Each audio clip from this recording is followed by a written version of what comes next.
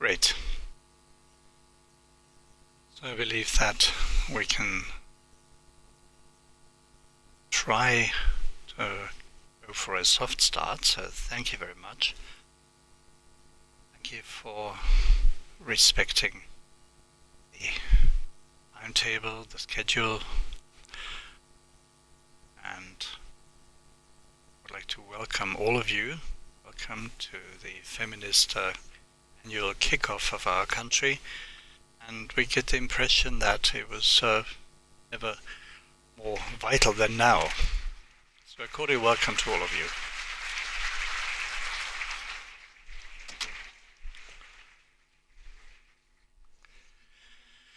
A cordial welcome to all of you here in the Austrian Parliament, and a cordial welcome also to the participants joining us via the live stream.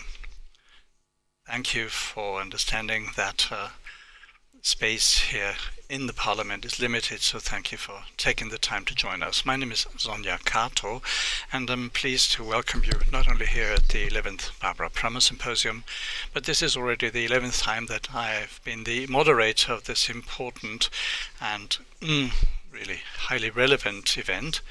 It is organized by the SPU Women, the Rennes Institute, the SPU Parliamentary Club, and FEPS, the Federation of European Progressive Studies. We are very pleased that so many of you have joined us on this Friday. The political landscape currently is not only a challenge for democracy, but I guess this will also have a major impact on women's policies and especially progressive women's policies. So I think it is really important to organize this symposium. This is a pathway that we're pursuing towards a feminist common future. We need to bring some light into these dark times, and we need to be this light. Thank you for being this light.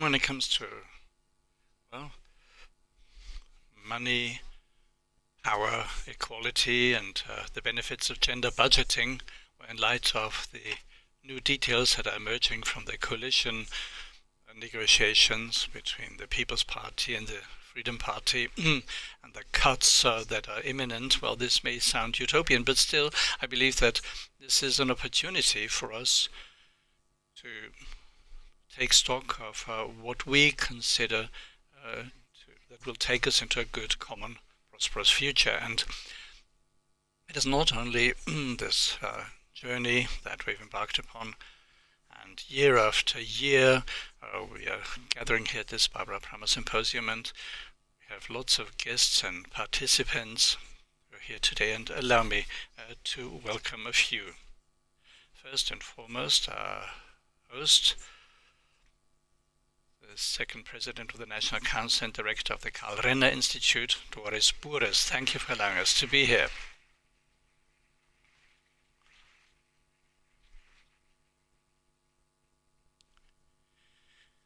Thank you very much for coming, and thank you for the support of the SPO Parliamentary Group, the chairman of the SPO Parliamentary Group, Andreas Babler. A cordial welcome.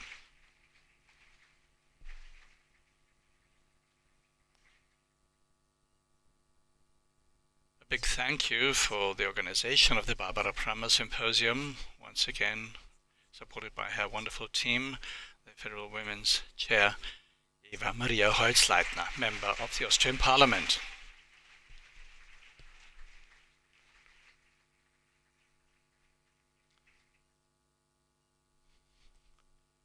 And Kata Tütö, Deputy Mayor of Budapest and member of the European Committee.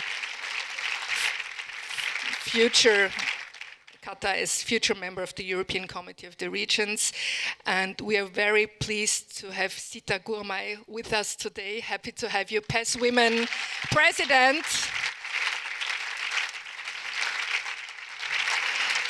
And not only President of the PES Women, but a lifetime friend to late Barbara. So thank you very much for being with us. Ein besonderes Willkommen. special welcome to the former women's minister and the founder of the Barbara Prammer Symposium, Gabriele Heinisch-Hossek, former member of Parliament and minister. And I'm very pleased that I can welcome two icons of our movement, the former Federal Minister of Education, Barbara Havlicek, and Vice Mayor Renate Brauner, who's also held numerous other positions. It's great to have you.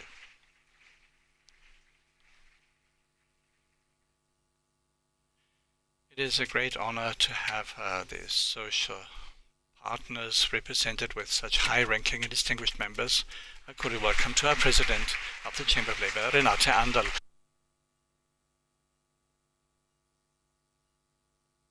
A cordial welcome also to the Vice President of the Austrian Trade Union Federation, Corinna Schumann.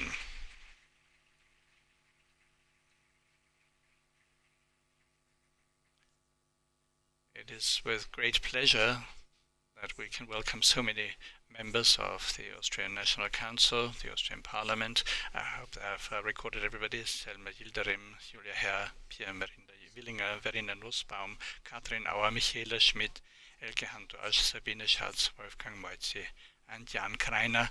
Apologies if I missed any of you. Thank you for coming.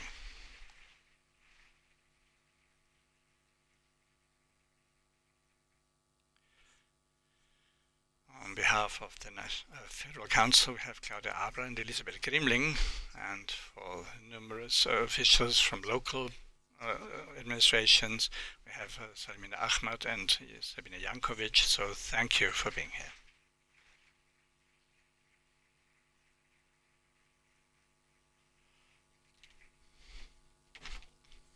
I'm also pleased that we have some of the most important feminist voices from Lower Austria here. Welcome to Ulrike Königsberger.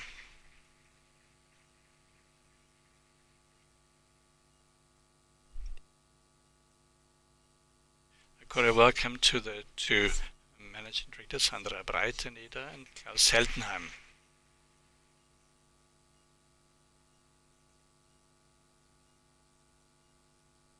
And now she managed to find her seat.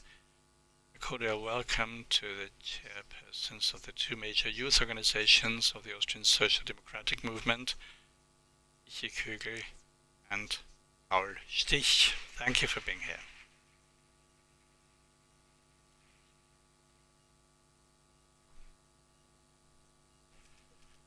Also I'd like to welcome the director of the Karl-Renner Institute, Maria Malcznik. Thank you and your team for the support. And there are two chairwomen of the regional movements, Petra Oberauer. Thank you for coming. And of course, the heart piece, if you will, of the Barbara Prammer Symposiums is always high-ranking keynote speakers. This is an impetus of new ideas and important information that will help us to engage in good feminist policies. We have Ian Ellison, Professor Emeritus of the University of Exeter. Your keynote, Diane Ellison.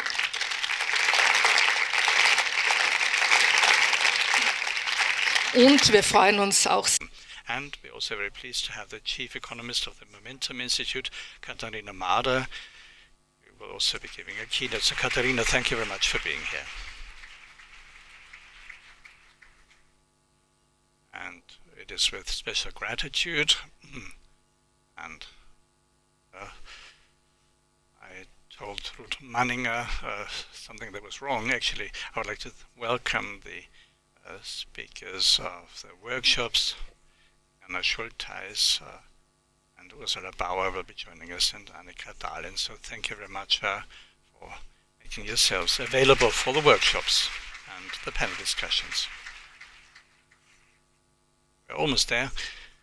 but it's also important to say thank you to the many women coming from the various women's associations, from civil society and business circles with whom we work closely here at the Barbara Prammer Symposium, and also the Social Democratic Women's Movement, working closely with these women's associations. So I'd like to welcome Claudia Friebel in lieu of all the others. Welcome. And on my welcome list, there's also Dolores Schmiedinger. I didn't see her, but anyway, let's welcome her. And I guess she had at least planned to join us. And anyway, this is a nice segue, a good transition, not only because culture played a big role in the life of Barbara Prammer, but also because companions of Barbara are joining us every year. Helfried Karl and the long-time friend and recipient of the first Barbara Prammer Award, Anneliese Zimmermann. A cordial welcome to you. At least Helfried Karl is here, her former office manager, and Anneliese is on her way, I guess, so a big thank you for being so loyal to our symposium, and thank you for having shared family and friends of Barbara Prammer with us. So thank you very much for being so loyal and for always attending our symposium.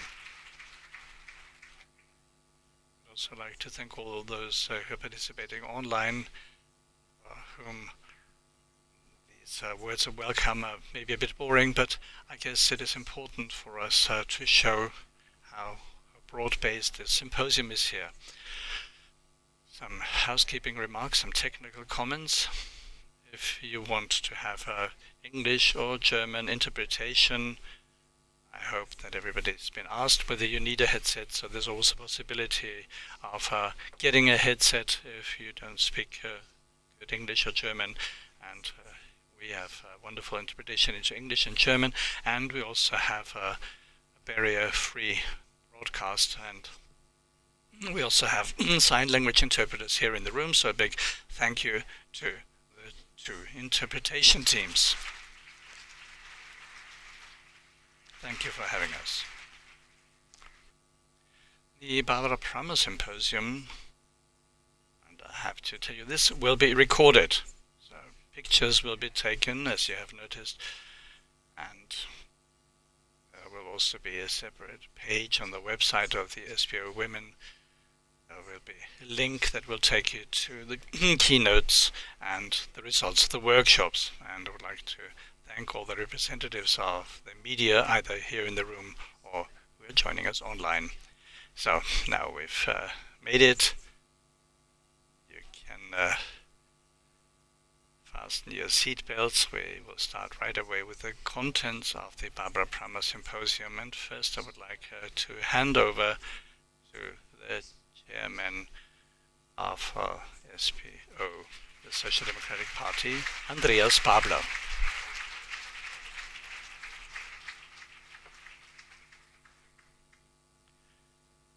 Thank you very much.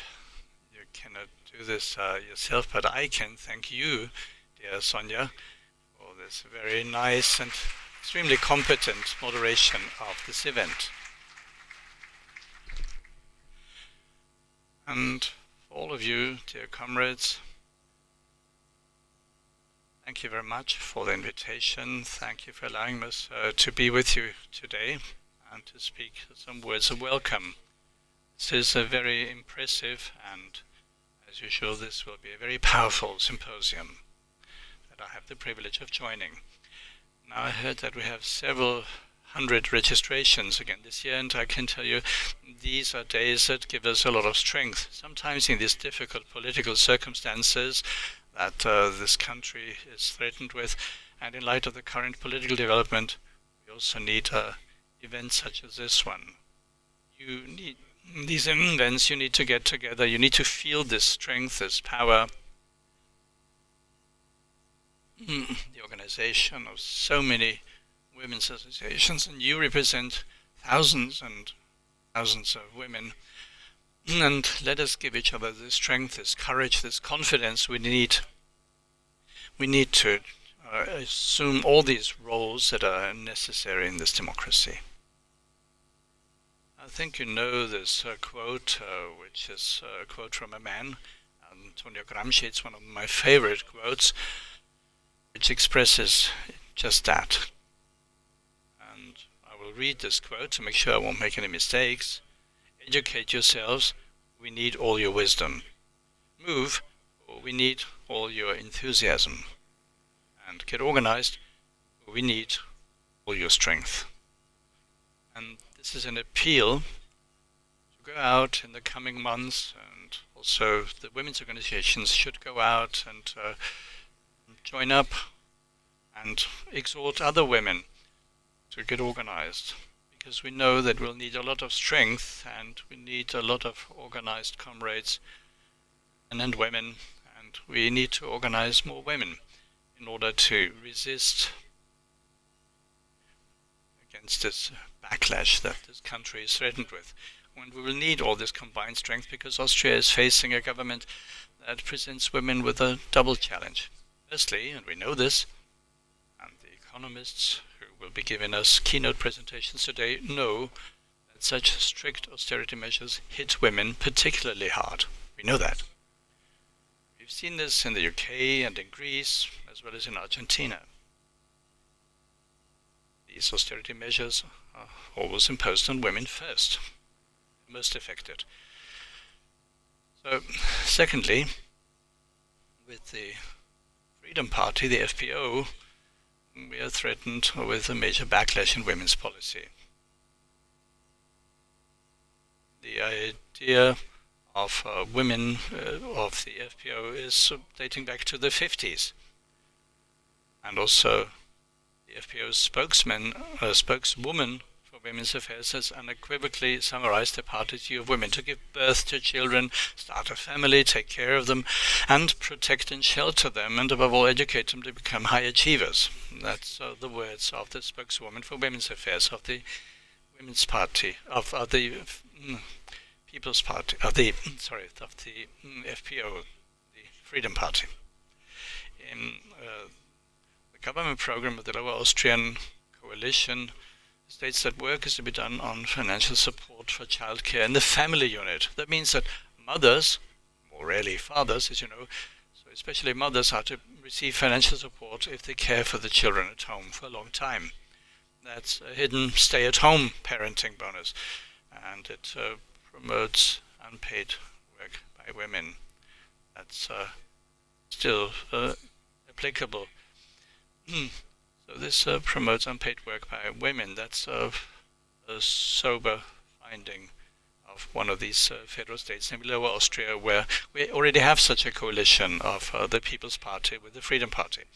So the Freedom Party says we don't need measures like gender budgeting. Yet projects like the one in Lower Austria show that the Freedom Party is doing exactly that. It is politically coloring the budget, but only at the expense of women. Because the budget is so important, we also need to stand up for women. In the coalition negotiations, we tried to stand up for women, especially when it came to the budget issues. For us, the expansion of childcare, public transport, and the implementation of gender budgeting goals were central. This includes the development of a comprehensive gender equality strategy and the closing of the data gap.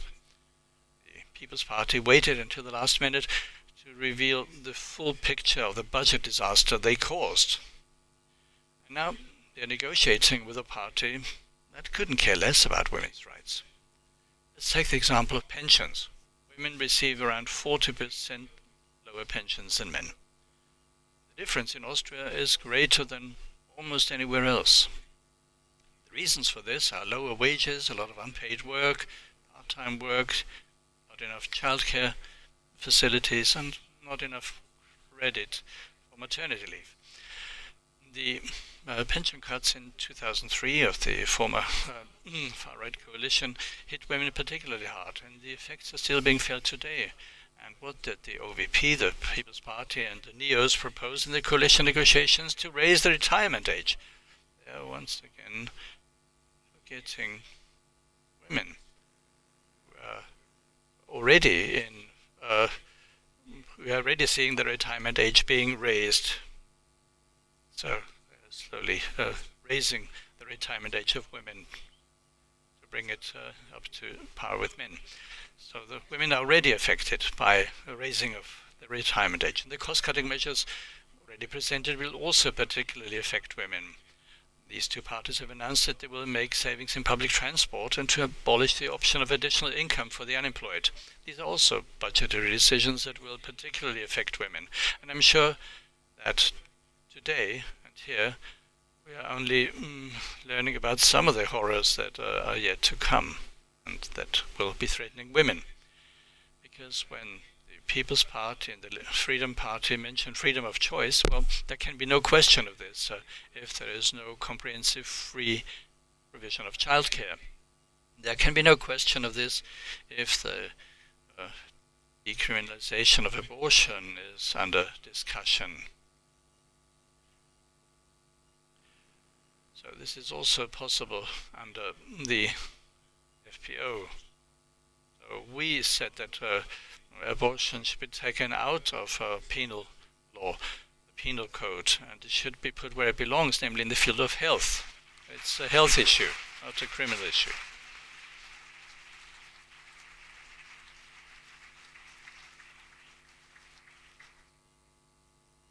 So there is a risk that with a simple majority, these rights that we have fought for decades, either in government or in opposition, so that these policies might be abolished again. So that's what we need to do. We need to be vigilant, we need to get organized, we need to get stronger.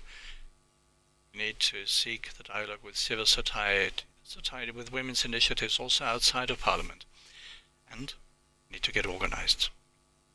We need to increase our battle strength when we're in opposition. That's what we cannot have to do. So it's an important democratic aspect. We need to resist in Parliament, but also outside of Parliament when it comes to networking with civil society, women's initiatives, women's organizations that are fighting for the right of women to be upheld in this republic.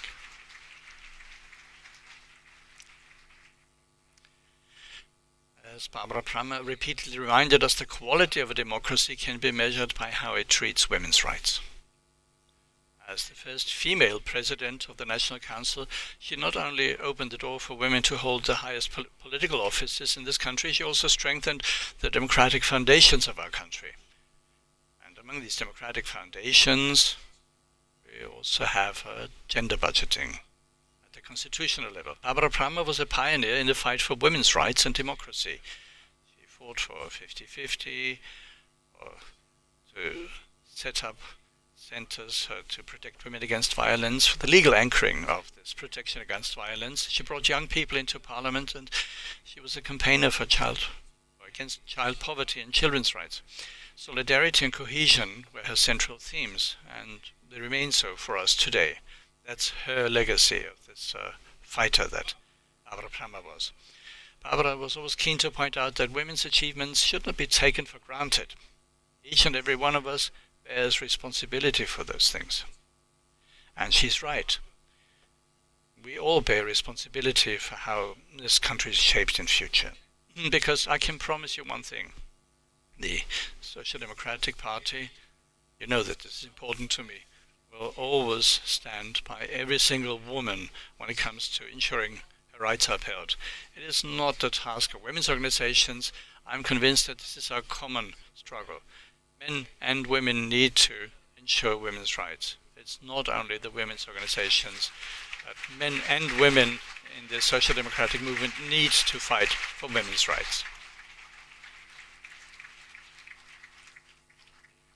It is our goal to live together in a society based on equal rights, where we really have equality, in which women and men divide up paid and unpaid work equally, and in which women and men receive the same pay for work of equal value. These are fundamental principles of social democracy to make sure this applies to women and men in the entire movement in our party. So this requires a budget policy that makes sure that it is easier in future to share care work and gainful employment. And even if the next years do not bode well for us, it will be up to us, Social Democrats, to defend these rights and to remind the government to ensure that women's rights are not negotiable. They are not negotiable in this republic. They are an indicator of how a society wants to deal with each other. It will be up to civil society to stand up and to make themselves heard when important achievements are threatened. We need to stand side by side with the SPO women and the entire party. And with a view to the government that is about to be formed, I would like to end my speech with a quote from Barbara Prammer. Justice means that the weaker, the disadvantaged, and the poorer are not marginalized, but are compensated by commitments made by the stronger and the richer. I wish you all a great exchange with exciting discussions at this wonderful symposium. Thank you.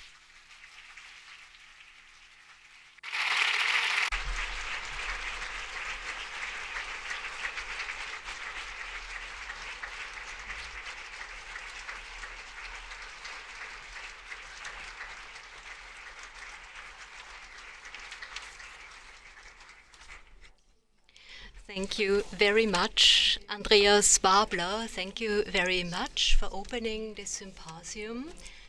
And before we come to the opening talk, I would like to introduce two guests. Sandra Konstatsky, the head of the Equal Treatment Commission and also Member of Parliament, Andreas Leimer. Thank you very much. Thank you very much for coming. This is absolutely great. It is very important to know that we are many, and this is why it is also very important to welcome all the participants, online participants and offline participants, so that we can see that we have a very broad network that is meeting here, and I could continue this list forever.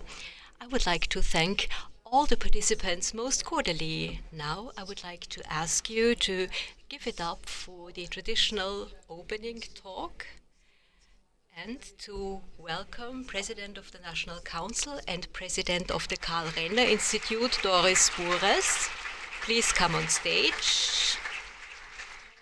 This is already a beloved tradition, a most cordial welcome. Please give it up for Eva Maria Holzleitner, the Federal Representative for Women's Affairs. And we are very grateful about the cooperation with the Foundation for European Progressive Studies. Cordial welcome to Laszlo Andor, the Secretary General of the Foundation for European Progressive Studies. Dear Doris, let me start with you. Thank you very much for giving us the opportunity to have this symposium at the Austrian Parliament. But let's go back in history. 15 years ago, there was a women's minister, and there was gender budgeting brought about by this women's minister, and this was elevated to a constitutional rank, and this is something that is very important. It's very important to talk about this topic. Thank you very much for your foresight, for your vision, but also for telling us that integrating gender budgeting into the constitution is very important, especially in times where political changes are pending. But what else would we need in terms of improvement? Where do the problems lie? Where do we have to be extremely careful when it's about distributing money for women, which is part and parcel for gender budgeting? Where do we have to be careful? Where do we have to be even more alert? Thank you very much, dear Sonia. So we always have to be careful. So in that regard, this could be a very short answer, but please give me the opportunity to also say a most cordial thank you to you, Eva Maria, for the excellent organization of the Barbara Prammer Symposium. So every year we are confronted with different domestic policy situations. This is the moment where we join forces, where we come together and where we truly feel that it's so important to join forces, to link up and to fight together. And as for each women's policy progress, well, we can only achieve it if we join forces, if we pull in concert, and if together we fight for this feminist and women's policy progress. We are doing just that.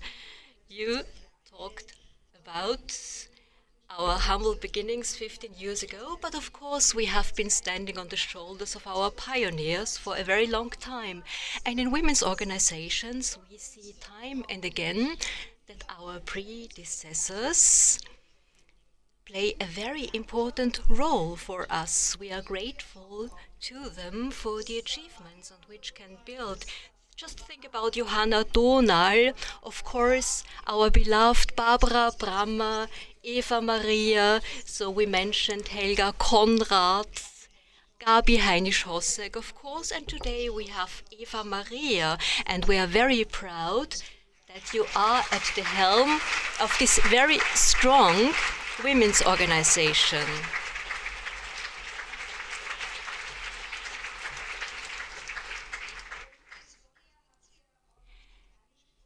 Sonja already mentioned it. Way back then, 15 years ago, we adopted gender budgeting unanimously in Parliament and elevated it to a constitutional act. So we managed to do that because thus, and there is no doubt what is going to happen now that a conservative right-wing government is pending. So it's very important to heed these achievements. Everything that we managed to achieve that has been elevated to the rank of constitutional provisions. So this is something that we have to put our trust in. Of course, it's very important to fill provisions and progressive women's policy provisions with life. So it's not only about gender budgeting, it's also about proceeding to action. And I would like to cite two examples, because Renate Brauner was welcomed. So when I started out in the women's organization of the SPO, when I was a very young woman, so we started a campaign and we said that we need money for street lighting because there are several public spaces where women are truly afraid. So this is something that we have started, and this has been one of the predecessors of gender budgeting, because we said we should not only spend money where it's for the benefit of men, it's also about public investment, public spending, making lives easier for women, taking fear away from women. And after the gender budget adoption in Parliament, I became infrastructure minister, and I took a very close look at the situation. I asked myself, what does this mean for me as a transport and infrastructure minister? And I took a close look at the difference between mobility behavior between men and women. And of course, we are also facing massive inequalities when it comes to public transport. Just take a look at the number of commuters. So we have more male commuters, and we have gone to great strides in order to foster mobility when it comes to reaching the workplace. So women are faced with a different situation because they need short connections. And in the ministry we said that it's very important to take a close look at mobility of women, and it's very important to invest more. And today you will hear many more examples. So I just mentioned 2 examples, but it's those little steps that lead to more justice. So it's these baby steps taken time and again that we need in order to make women's lives more just, more equitable, and in order also to enhance distribution of public means.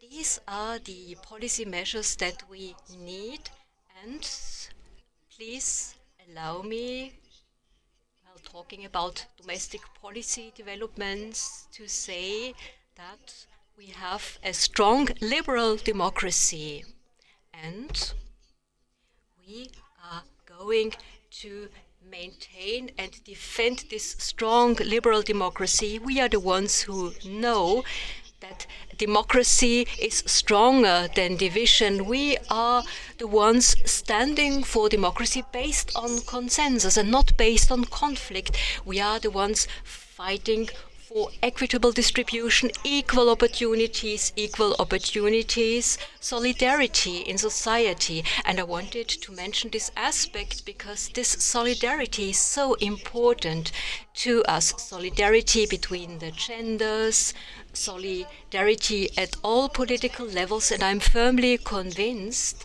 that we are going to need this solidarity in the future, because we have seen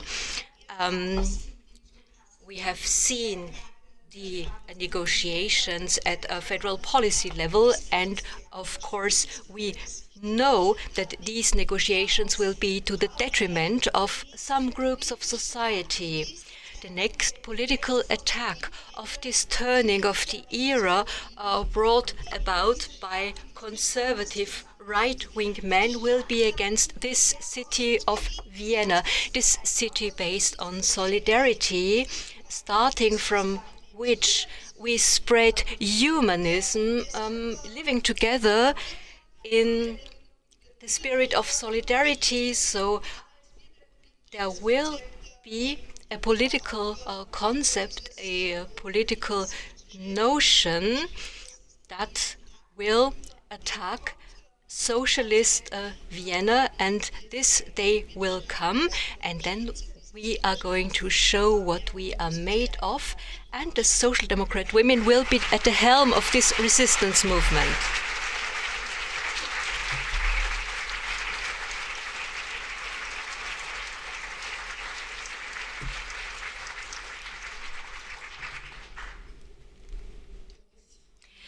Doris, on fire as always. This is absolutely great. Your fire is truly warming our hearts. So next year, the women's program for the city of Vienna is going to celebrate its 30th anniversary. So the program that was instigated by Barbara Prammer. Thank you very much, dear Doris, dear Eva. I think being an Upper Austrian, and also for you in your capacity as a member of parliament, as deputy chair of the parliamentary club, I think this Barbara Prammer Symposium always gives you a lot of energy, although it requires a lot of effort. Gender equality is something that has also coined your political life for many years now. And Doris said it quite clearly here on stage that this gender equality needs real representation in measures, in figures, in day-to-day achievements. You have developed many parliamentary motions with regard to gender budgeting. It's very important, as Doris has said, to state the fact that maybe the big progress has not been brought about, but sticking to the ball is so important. Continue fighting is so important. Will this be enough? Will tenacity be enough? Tenacity is something that is absolutely necessary. Without any doubt, of course, we need more, we need courage, we need confidence, we need vision, we need lots of energy over the years to come. But I would also like to take this opportunity to say that the motto of this year's Barbara Prammer Symposium is something that is dear to my heart. Also in my own parliamentary group, in my own party. So very often we lack enthusiasm, but if you are passionate about parliamentary work, then the budget process, the budget dreamt up by a government is so passionate, is so important, and gender budgeting is so necessary. The gender budgeting perspective is so important. And this is why I think that especially in the years to come, this topic will be totally important, because after times are fraught with crises, of course, the women's issues are even more important. Austerity measures have been announced this week. It's not only about the way we spend money. It's not only the way we spend money that will have an impact on gender budgeting, but it's also the way that we shape our revenues, and this will also have an impact on the development of gender equality. I would like to cite a very current example. Educational parental leave should be done away with. A reform of this system, of course, this would have been necessary, but doing away with it entirely also means so that many women will be left by the wayside. And after this announcement, I received many messages from women who said it's a shame. So I could do my A levels due to this program, so I could achieve further education and opened up valuable perspectives.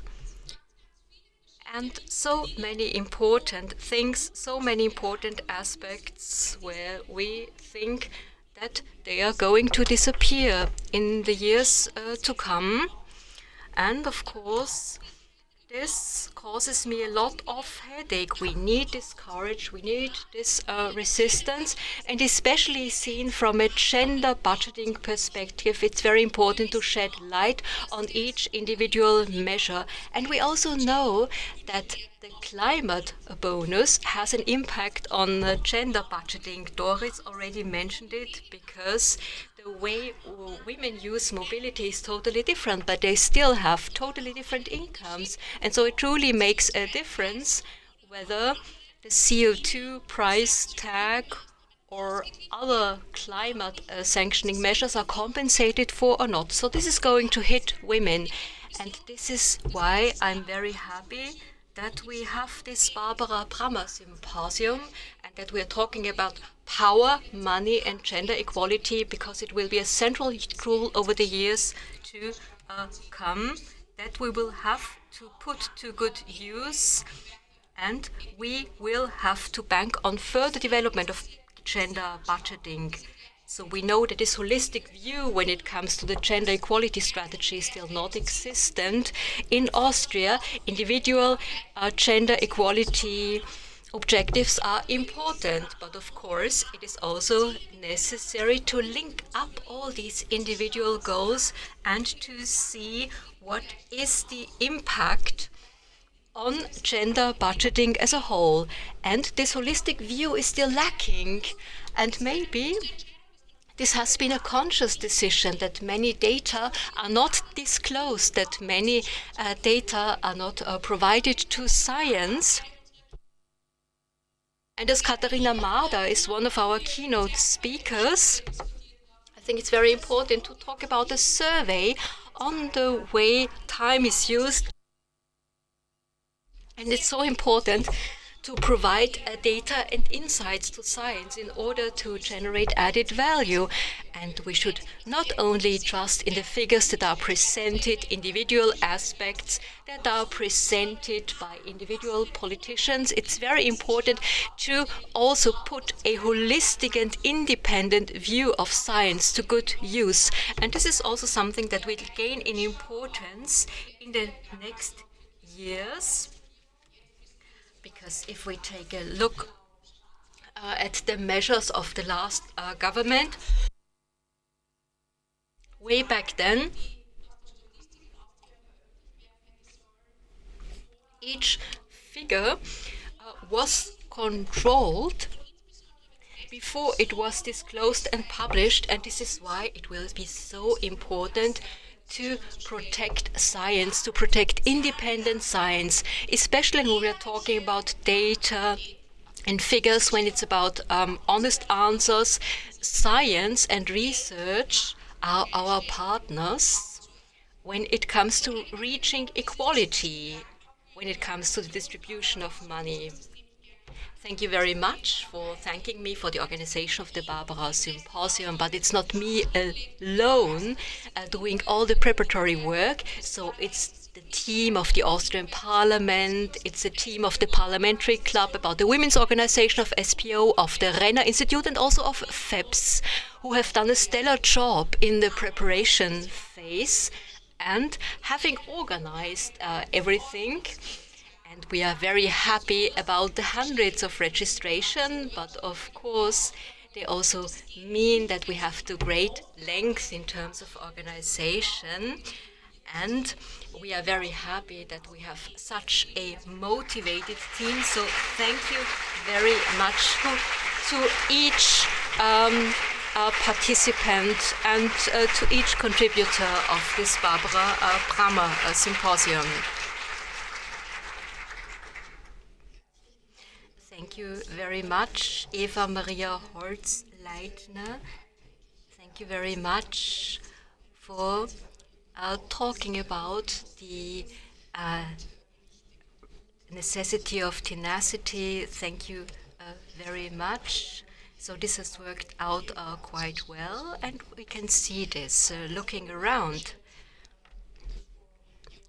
Of today's Barbara Prammer Symposium, and we were chatting about, and since Eva Maria was mentioning it as well, and of course Doris too, 25 years ago we already had a similar situation with other positions of the parties, ÖVP and FPÖ, and we were kind of avant-garde those days, the first right conservative government with the right-wing party, and there was a big protest going on within the European member states, and we are facing a different Europe right now, and we were chatting about that even a year ago we all thought that the European leaders are going to prepare the European Union to be Trump-proof, to have kind of shield against what is the world going to face soon from now.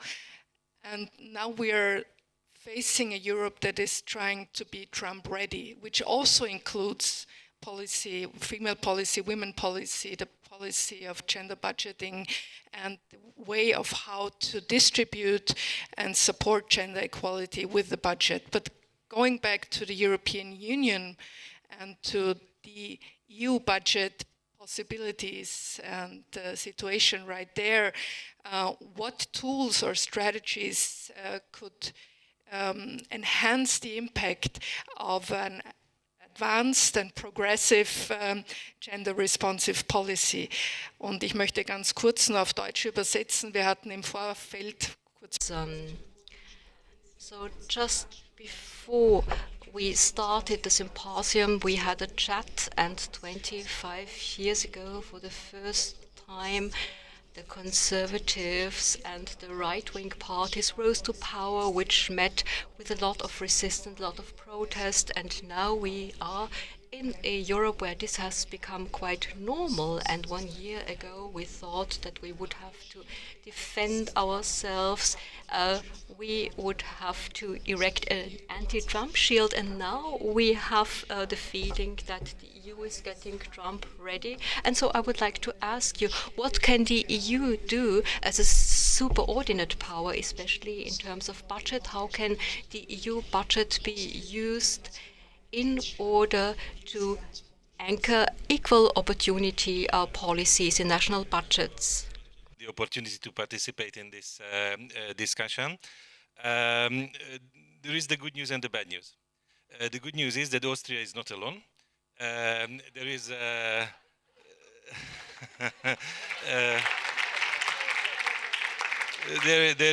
there is also the European Union. And it's true that this event is unique. Not too many countries can organize such a great event like the Barbara Prammer Symposium.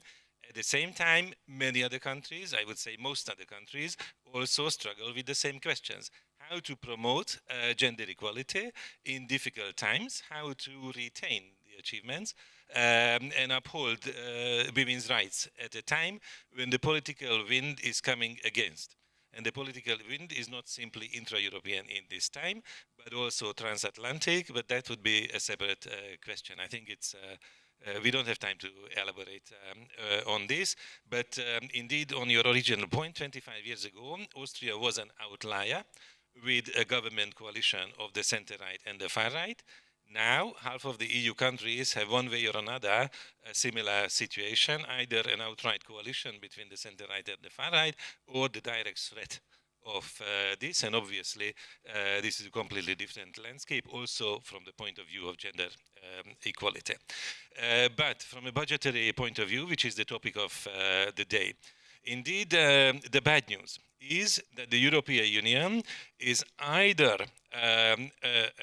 an organization which also imposes constraints and not only promotes good ideas, and that very much applies to the fiscal territory. Andreas was talking about the fiscal debates that took place in this country in the recent months, and this is partly because the European Union upholds a certain fiscal framework. This fiscal framework has the capacity to enforce deficit reduction. And let's be honest, never there has been a serious audit of these deficit reductions which are enforced by the European Union from the point of view of the impact on gender equality. So I think this is a very important task, potentially for FEPS. There are two members of the FEPS leadership here, Zita and Maria, so maybe this can also be discussed. Really to seriously audit, historically as well, not only in the current year, if there are deficit reductions imposed, which can result in tax increases, but also expenditure cuts in the public sector, how it impacts gender equality, because that would expose the responsibility of the European Union and prescribe that in the next round, when the fiscal rules are discussed or even revised, this would be taken into account, because in the recent years there was a little revision of the fiscal rules as they were phased back after the corona, because the corona recession, fiscal rules were suspended. But I'm sure there will be another round and another round of revising the fiscal rules, and the question of gender should be much more important than in the past. Can I?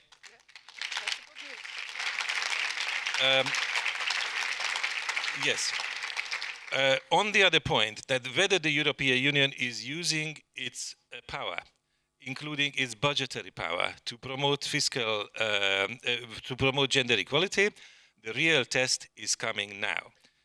What does it mean? That the EU in the last 5 years has had a gender equality strategy, which already resulted in many initiatives, important ones, including legislative, but the mother of all debates is just coming. I can use this expression in this environment.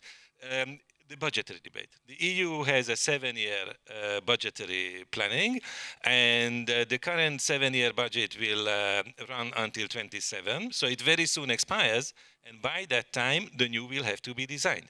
So this debate will start this year. Austria also will have to be prepared to see how the budgetary power of the EU is used. I can tell you, on the basis of what the Court of Auditor reported, that only 2% of the EU budget is explicitly designated to investments which are primarily linked to the question of the gender equality. So I'm not speaking about the size of the total EU budget, I'm just speaking about the share which could be increased to explicitly designate projects, EU projects, to promoting gender equality, and also better ensure through conditionalities or the involvement of civil society that the rest of the EU budget also helps and doesn't obstruct. Thank you very much, Laszlo. And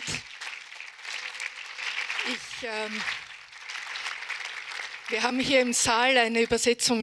Thank you very much, Laszlo. So we have interpretation here in the room. Laszlo shared with us that also within the constraints of the EU budget there are certain possibilities that are used to a limited extent for gender equality projects. Here there would be the possibility to increase these budgets. This is very important to me because many multipliers are watching.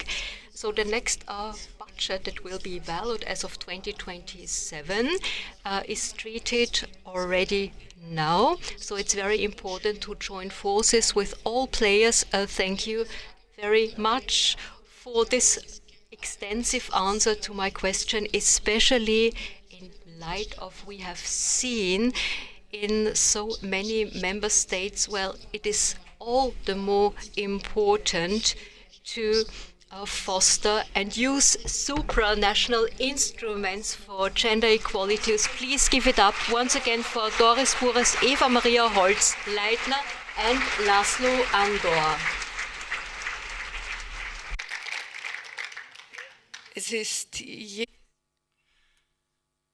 So year after year, it is wonderful to see that all our interlocutors and speakers could, of course, go on with their presentations. Unfortunately, we don't have time for that, but the Barbara Prammer Symposium means that we have a lot of input in a short period of time, and we're now looking forward to move on to the first of the two keynotes.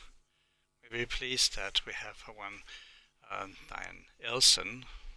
It's a Professor Emeritus, a retired professor from the famous University of Essex in Great Britain. She's with us here today, and she's now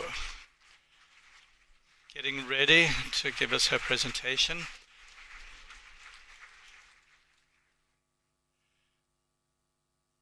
Let me briefly introduce her.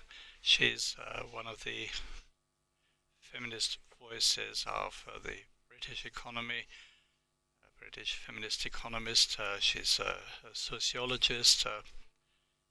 She's the author of the book Budgeting for Women's Rights, Monitoring Government Budgets for Compliance with CEDAW.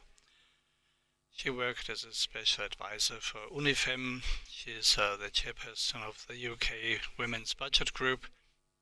She advises UN Women. She's a member of the UN Committee for Development Policy, and it is really a great honor to have her here today. So once again, please, a big round of applause.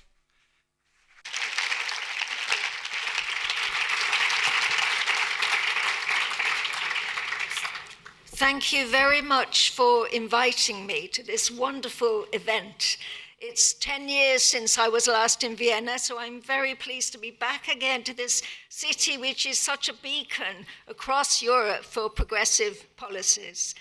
I bring you greetings from the UK Women's Budget Group, which is the leading feminist economics think tank in the UK, with which I've worked on a voluntary basis for the last 25 years. I also bring you solidarity, I think, from all the progressive groups that I work with in the UK, and thanks to FEPS for including still the UK within the networks, even though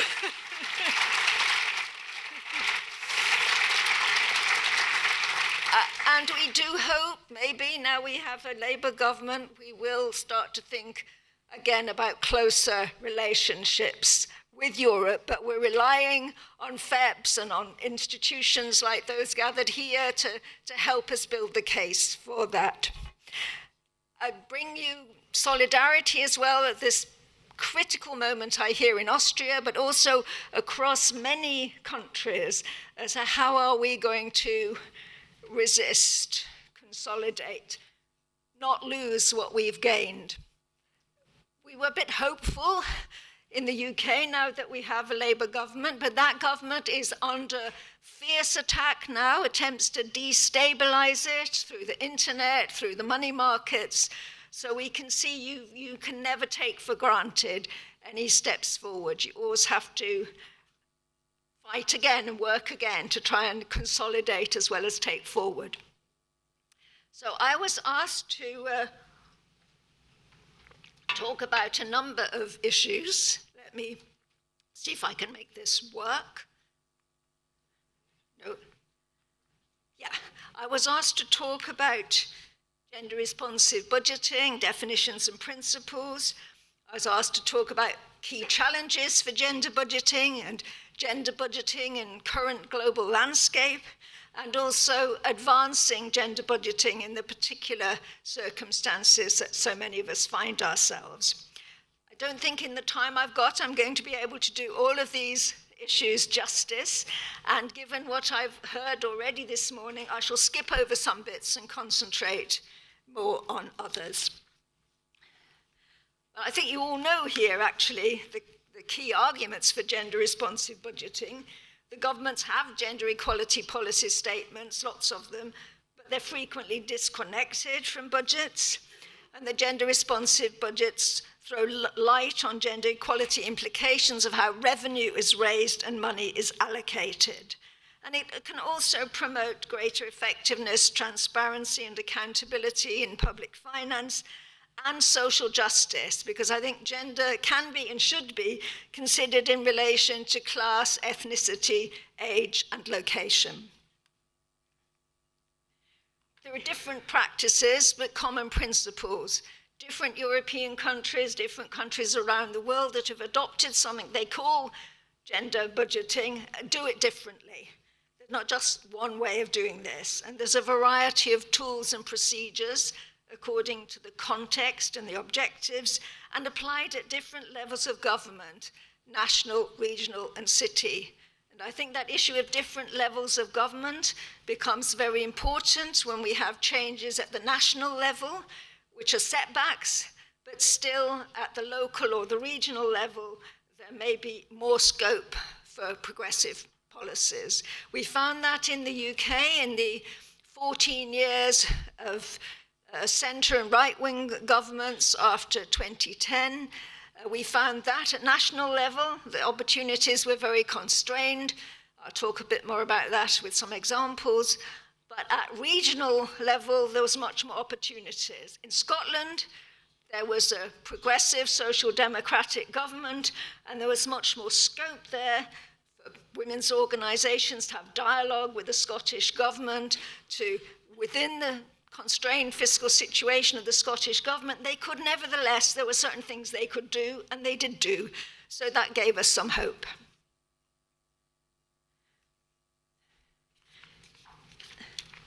Follow the money, I think, is a key mantra for gender responsive budgeting, and following the money from the budget to outcomes. The budget tells us about the money, how it's raised, how it's spent. It tells us about the inputs of expenditure. But of course, that has to be translated into the activities, the operation of care services, campaigns with men against domestic violence, delivery of welfare benefits, subsidies to ensure transport services meet women's needs. I was very interested to hear early on, I think it was Dora was talking about when she was a Minister for Infrastructure, working on this issue of subsidies to ensure that transport subsidies meet women's needs. So we have to look at what the activities are. We have to look at the outputs. That's where the measurement comes in.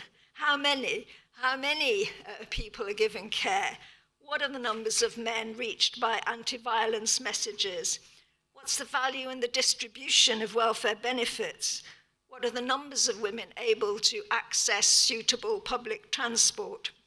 So we have to have data at that point to see what the outputs are. Data that's not in the budget. You have to get that from another source. That's one of the challenges. But a lot of this data will be there in the ministries. And sometimes they say, well, we've got data. We know how many people are using public transport, but we don't know who they are. And then you have to get them, if that's the case, to improve the way they collect that data, so that they don't just say numbers of people, but they can tell you much more about who they are, their gender, their age, their location, their ethnicity, etc. And then, of course, we need to look at the gender equality outcomes.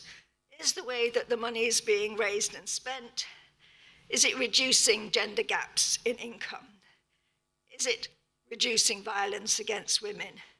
Is it reducing gender gaps in unpaid care work? Is it transforming gender roles? And that's where we need data from surveys of various kinds. That's data that goes beyond what the administrative data for particular ministries or programs will have. That's where you need the time use survey. We had some reference to that earlier. That's where you need the household survey. That's where you need the labour force surveys. What are some of the key challenges? Well, according to the OECD, just over 60% of OECD countries now practice something they call gender budgeting, compared to fewer than half in 2015. So to some extent, we could see that as progress. But the quality and the impact of the efforts varies.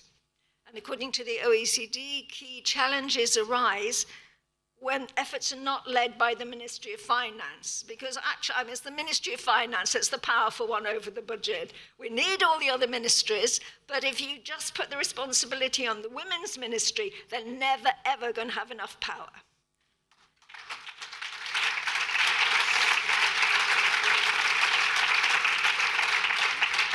There's also problems if gender budgeting is implemented without sufficient capacity building, staff, data, guidance, and I'm sure lots of you here have been involved in that capacity building. But there's another challenge when governments think that the goal is producing rather than using information. I'm going to say a little bit, if I have time, about the example of Canada, but that's been one of the criticisms made there by feminists, that the government's put a lot of effort into producing a lot of information, but has it actually, how much use has it made of that information? And there's a challenge if the approach isn't linked to a gender equality strategy and it doesn't prioritize key investments. So it becomes fetishized as just a process that you have to carry out because, there's a box to tick and you've got to show you've ticked that box, but it doesn't actually link to priority investments.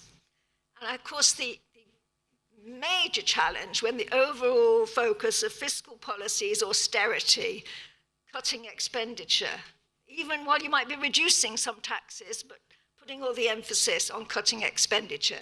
And I'll say a little bit more about that challenge in a moment.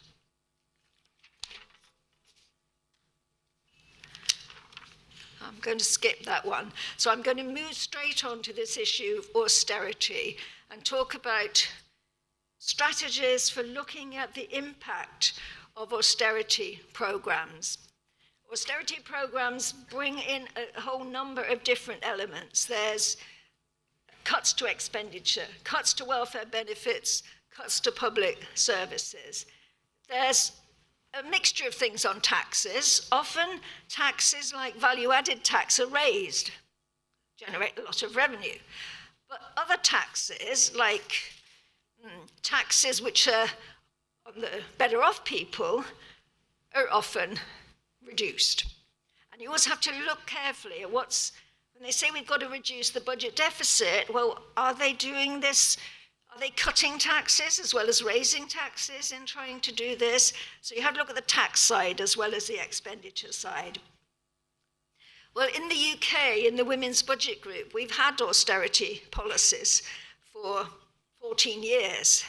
And in the UK Women's Budget Group, we tried to measure the gender impact of a combination of policies, not just ministry by ministry, but trying to pull together the data to look at the big picture. There's a whole report on this that I've referenced on the slide that can be followed up. Anybody wants to read the details.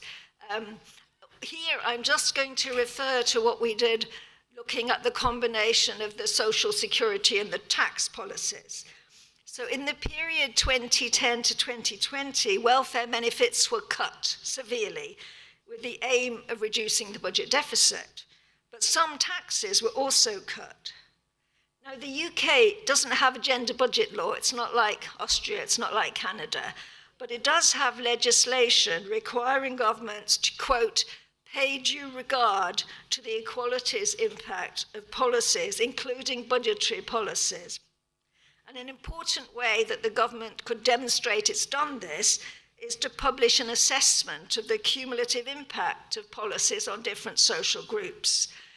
But the government did not do that. So we in the Women's Budget Group stepped up to the plate and we published an assessment of the incidence of these cuts to social security and changes to tax policies on income, on individual income, by gender, ethnicity, and class in the period from 2010 to 2020, using official data. So this was using official data sources. What did we find? We found it was important to look at the combined impact.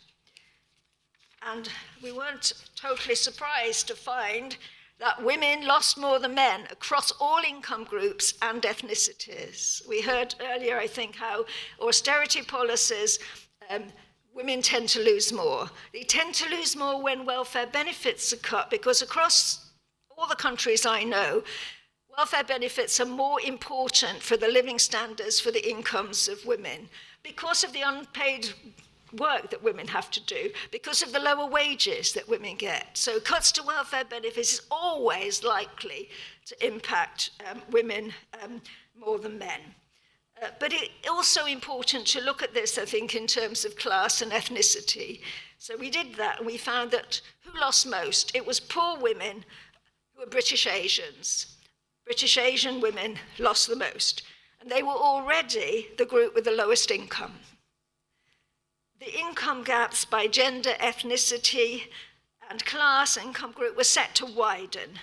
And to reduce these income gaps rather than widen them, a different approach to budget deficit reduction was needed, with more emphasis on taxing the better off. The cuts to welfare benefits since 2010 totaled 37 billion a year, 37 billion pounds a year by 2020, but tax cuts were even more. Tax cuts since 2010 cost 41 billion pounds a year by 2020. So we use that information to say, what do you mean there's no alternative? What do you mean we've got to reduce the budget deficit? What do you mean these welfare benefits have to be cut? And I think it's very important for all of us to be challenging that, picking up what we heard earlier about the fiscal rules problem. Now, we've never been in the Eurozone in the UK, so we've never had the fiscal rules imposed in quite the same way as countries in the Eurozone, but we've just had our own version, very, very similar fiscal rules, chosen by successive governments for very similar reasons. And I think this is going to be one of the challenges for us in gender budgeting, is to really take on the critique of these fiscal rules. What do they mean? Why are they there? What are the alternatives? Because that really, if we have these very narrowly defined fiscal rules, it really, really constrains what we can do in terms of budgeting for gender equality. And I hope that is something that progressive groups all across Europe will unite, those in the Eurozone and those not, because we all face a similar kind of problem.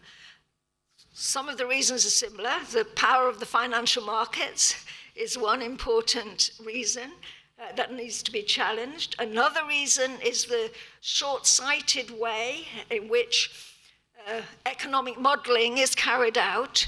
so that the positive impacts of public expenditure on economic growth, for instance, are not taken into account, and public expenditure on public services and welfare benefits is only seen as a cost. It's not seen as an investment. And I want to return to that point if I have time later.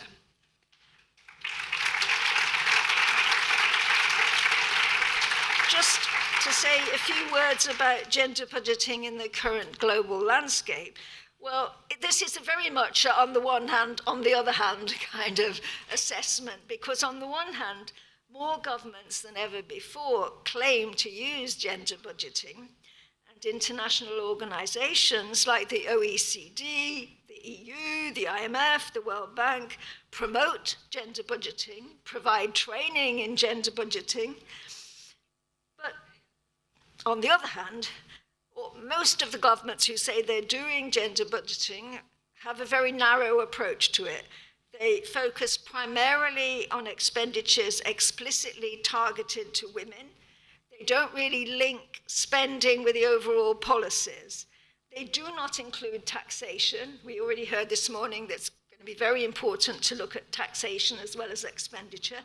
And they don't look at the macroeconomic dimensions of the budget, these fiscal rules. So it's going to be really important to get governments who say they're doing gender responsive budgeting to move forward on these issues. I did an overview of what's happening around the world, and the list of references at the end of my slides has got the reference to that. Now, there's an OECD is doing a lot of reporting on gender responsive budgeting, and they had a report out in 2023 that finds that among the OECD countries that say they are doing gender budgeting, it's Austria, Canada, Iceland, Ireland, and Norway who score top marks as far as the OECD is concerned. UK is not included in any of this because the UK government doesn't say it does gender budgeting, which it doesn't. So that's why you won't find them in the OECD tables.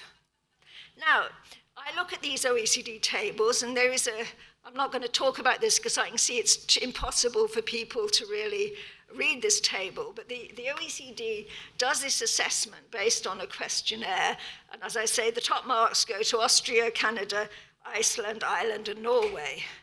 But I know when you go to a country and you talk to people, and you ask what lies behind this, the government says it's doing all these things, what's actually happening, that the picture isn't quite as rosy as the OECD reports would have us believe. Well, you in Austria will know all about your challenges here. I looked a bit at Canada. I'm in touch with quite a few Canadian researchers. And so I said, okay, what lies behind the OECD evaluation? What about Canada? Now, like you, Canada has a gender budgeting in law. It has a Gender Budgeting Act passed in 2018, which incorporates something called Gender-Based Analysis Plus into the federal budget-making process. And they've done a lot of training, a lot of capacity building, a lot of working, reports with this Gender-Based Analysis Plus. The plus bit is because this is an analysis that's not just on gender equality, it's also on other dimensions of equality, class, location, ethnicity, Indigenous Canadians, for instance, how is the budget affecting them? Now, of course, every government that's doing gender responsive budgeting always says how well it's doing. So I wasn't surprised to find that the Canadian government says, yes, we're doing well because we've invested resources in strategic areas, fostering gender equality and inclusion, including early learning and childcare, a national action plan to end gender-based violence, a federal action plan on LGBTQI+ action, and an implementation of a national action plan to end the tragedy of missing and murdered Indigenous women and girls. Well, that's good that the government can say it's put investment in these areas, but it doesn't provide an analysis of how the GBA plus influence these priorities, nor how funding for these new initiatives compares with funding for other programs. So these programs are funded, but how does the funding compare with other programs? And does it meet all the needs that have been identified in these programs? So if you talk to researchers and to civil society, you get a somewhat less rosy view, where you get some of the shortcomings emerging. So one set of researchers describes the GBA Plus process as a checkbox process. Lots of training, civil servants got to fill in a form, they all fill in the form, but does it really influence the way that policy is designed and implemented? Another critical view argues that the budgets made with the gender budgeting approach nevertheless still resulted in investments in infrastructure that would benefit male workers most, gendered forms of privatization, changes to caregiver and parental leave that would serve only the most privileged women, and major gaps in essential services, including childcare. And the standing Senate committee of the Canadian Parliament also produced a somewhat critical report saying that the implementation remains inconsistent and incomplete across government. So I think that's going to be a challenge in Canada, and they're facing their own political challenges too. Are they going to lose what they've got? Are they going to be able to build on what they've got and improve it so that some of these shortcomings are remedied? Let me now, the time I've got left, focus on the issue of advancing gender budgeting in the current circumstances. So first thing I want to talk about is making the case for investment in social infrastructure.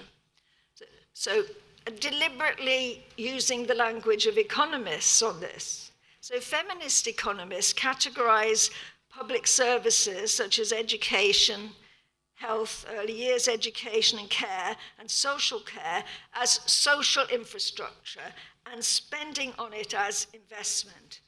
They argue that like public spending on physical infrastructure, on roads, on telecoms, on electricity, even if it's green electricity, like that physical infrastructure, public spending on social infrastructure produces spillover benefits to the whole economy and to society as a whole, with streams of returns accruing over many years.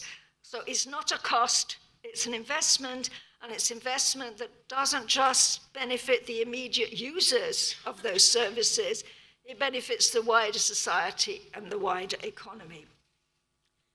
And it also incentivizes private investment.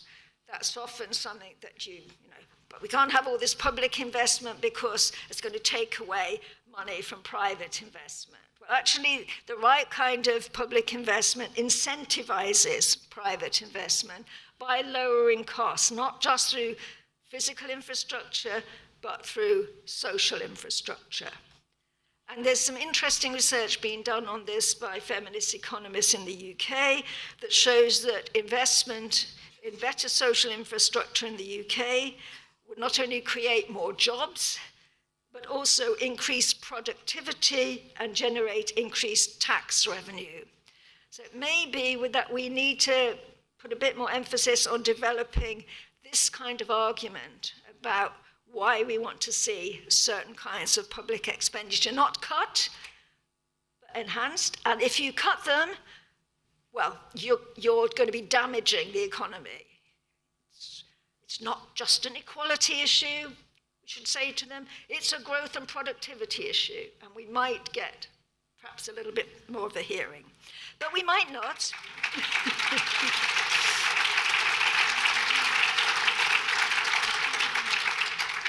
We might not, because, of course, one of the challenges we also face is that good evidence doesn't necessarily win the arguments. So it's true, we have to bear that in mind.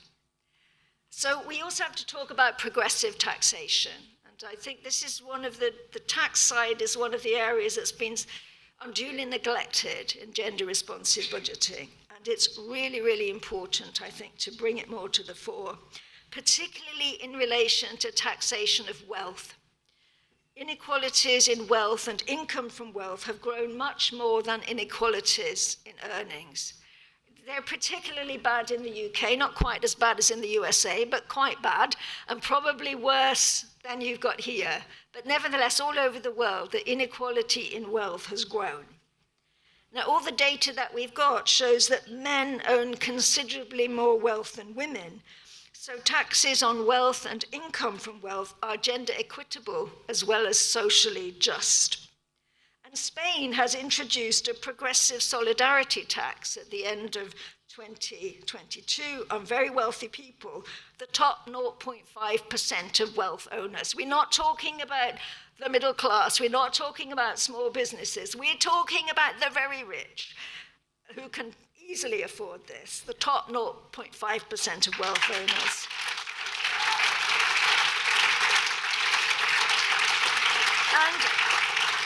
And a tax of this kind can generate a lot of revenue. The Tax Justice Network has done an estimate for 172 countries and finds that a similar kind of tax to the one they've got in Spain on the wealth of the top 0.5% of the wealthiest would increase tax revenues by about 7.3% of their current revenues, so quite a sizable increase in tax revenues. And it would add up to more than $2.2 trillion globally. So the problem is not that there's no money, the problem is we haven't got it.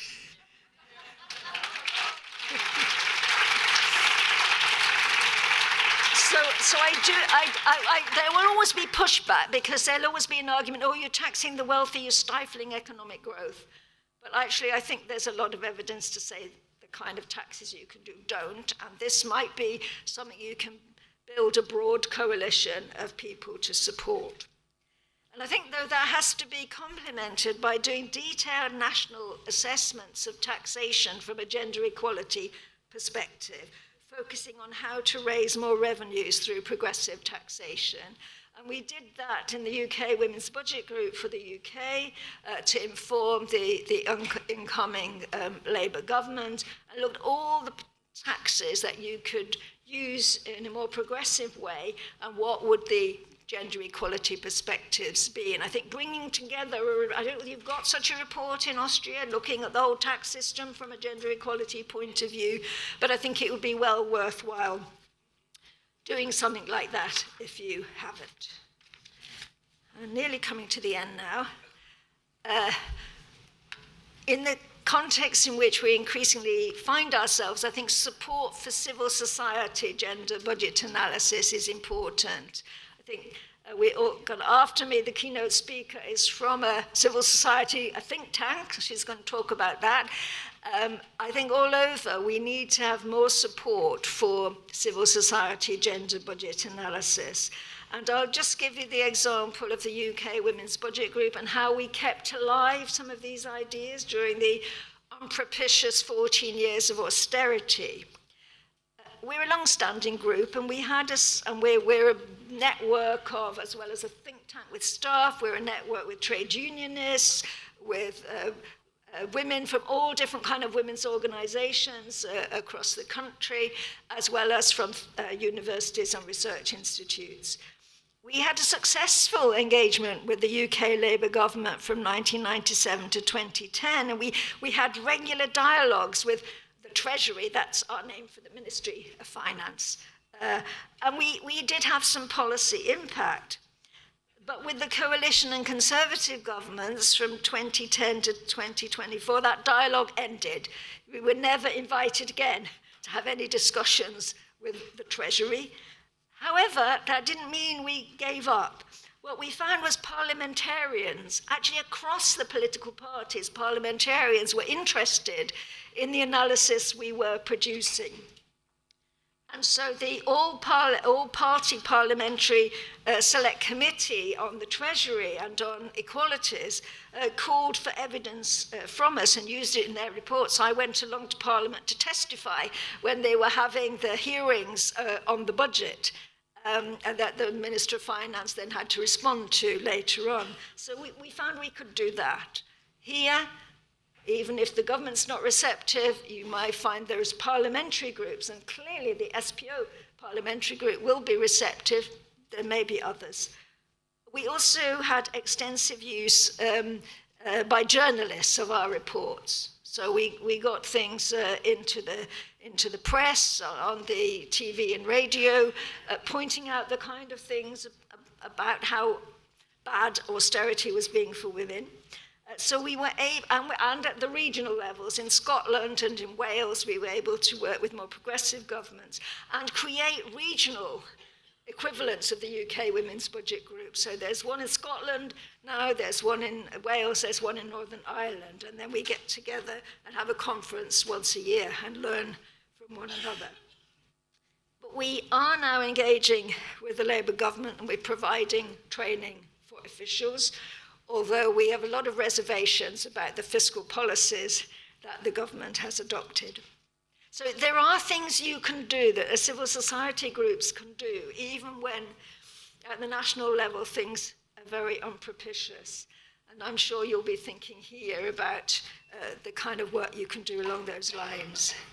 So my final slide is, the politics of gender budgeting, because it is politics in the end. Money, power, it's politics. There's a challenging political climate in many countries. You know only too well, but it's there in a lot of other countries. There's a backlash against gender equality in the context of increasing class inequality and xenophobia. But city and regional governments may retain commitment to gender equality and gender budgeting, even when national governments do not, as well as the UK. We've seen that in Australia, where pioneer at the all Australia, the federal level, change of government gets pushed to the bottom, but some of the states in Australia continue to do it, and now they have a Labour government again in Australia. They've reinstated it, and they're doing making very interesting use of it. But I do think we need to put the gender budgeting in the context of a social justice approach that can address class as well as gender and ethnicity, and show how taxing the rich can generate resources for investment in social justice overall, and build civil society capacity to conduct gender analysis of budgets and communicate those findings. And so let me end again with this kind of note of solidarity as you struggle with this difficult situation here. But you've got such long, particularly in Vienna, such long-standing and deep-rooted both civil society and political party resources on which you can draw that I'm sure you won't despair. And another quote from Gramsci, we had one earlier this morning: pessimism of the intelligence, but optimism of the will.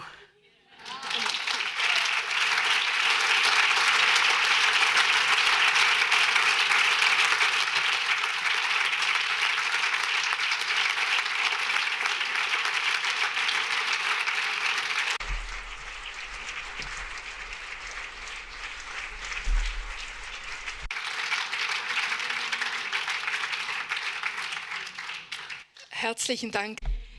Thank you very much. And also thank you for sharing your keynote with us on paper, or as I was told, there will be a link to it afterwards. And ich denke, ganz viele der Informationen, die... So I think that many of the information that Diane has shared with us are not only encouraging, but they are also concrete instructions for action. And I think it's very good if we once again have the possibility to read up on some aspects and to retain some aspects and to use it when linking up with like-minded actors. Because for resistance, it is absolutely necessary to link up with other actors. You might have noticed it.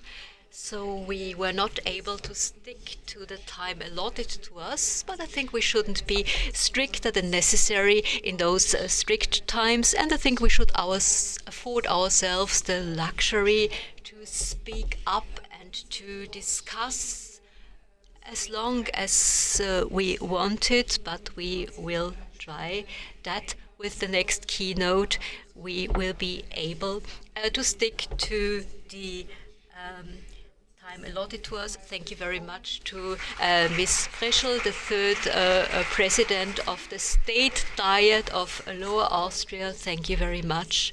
And it's very important that also she recharges her energy for her work in the State Diet. Gender Budgeting in Austria, Status Quo and Perspectives. This is the title of the next keynote speech by the chief economist of the Momentum Institute. Katharina Marder was an assistant professor at the Institute for Heterodox Economics at the Vienna University of Business and also a senior fellow at the University of Graz. Her research focuses on feminist economics, the care economy and unpaid work, as well as financial and economic policy. She has received numerous awards for her research, including the Gabriele Prosanna Advancement Prize, the 16th Vienna Women's Prize, and the Käthe Leichter Prize. Katharina, we look forward to your keynote. So please give her a big round of applause.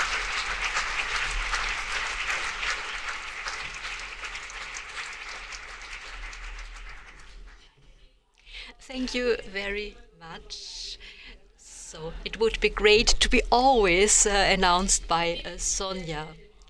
As many here in the room might know that, well, we all thought that we would start from different political assumptions. I would have loved to talk about gender policy impetus at federal level, to talk about why we should take this instrument so seriously. Of course, the situation today is totally different.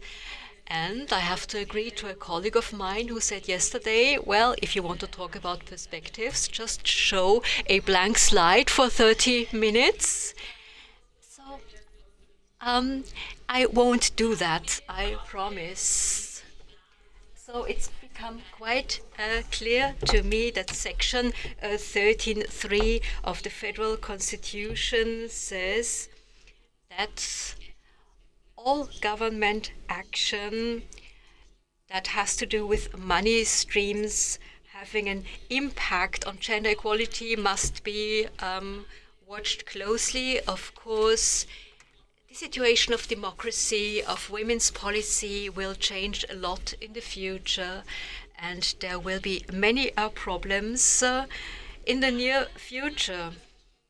But this is something that the great Rosa Luxemburg said today, because we've heard too many quotations from men, and this is why I want to quote Rosa Luxemburg. She said, "Such is life, and this is the way we have to accept it, with unflinching courage and with a smile, despite all the adverse circumstances." And I think this is something that we should absolutely do today. So I'm totally convinced that for a functioning gender budgeting, we not only need administration and government, but also an opposition claiming it time and again. And of course, we also need civil society, science, media that we need as a critical voice. So we should not be deterred by adverse circumstances, so we should provide an answer to all difficulty. This is something that the great Clara Zetkin said. Gender budgeting is among the things for which we need a lot of patience and for which we need a lot of lead time. The idea is much older than we might think. Gabriele Proft, one of the first female members of parliament on the occasion of the 10-year anniversary of the Republic of Austria, held the first women-specific budget speech, and she clearly showed how many services are provided by the female population, and she also pointed to the indirect taxes paid by women, doing all the unpaid work, doing all the care. So fast forward to now, and for the few of you who haven't been around way back then, so this is not age-based discrimination, so of course I do not want to rewrite history. I just want to provide you with a quick pen sketch of the history of gender budgeting and how it landed in the Austrian constitution. In the 2000s, then Finance Minister Grasser presented the zero deficit, as it was called, as the cornerstone of the government program. In 2001, a balanced budget was reached only because the states and municipalities generated a surplus and the federal government sold state companies. But still, the discussion on austerity package had been started. At a scientific and civil society level, women started to talk about the impact of austerity measures on the relationships between the genders, on the power relationships. And there was an important book, Women Generate Budget, State Finances from a Gender Perspective. This is an important book that was written, which was a very important impetus for taking gender budgeting seriously at all political levels, because even at the beginning of the 2000s, analyses showed two things. First of all, austerity policy is always rather driven by political interests than by systematic analyses.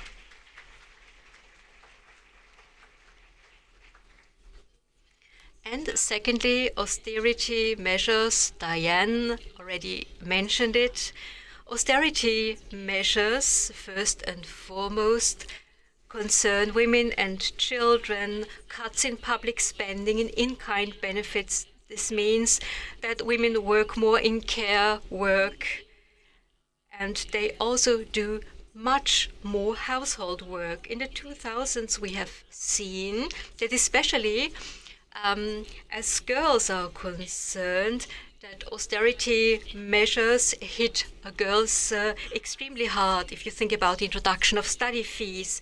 And these are gender impacts of austerity measures that have been acclaimed already in the 2000s. And in the early 2000s, the so-called Austria Convention was started. So basically to keep the opposition parties busy, or on a less malicious note, to give them a bit more leeway to shape policies. So the conservative government promised a constitutional convention. What was the outcome? A financial constitution convention. But this is when already gender budgeting was mentioned on account of civil society commitment, but also on account of commitment within the SPO and within the Green Party.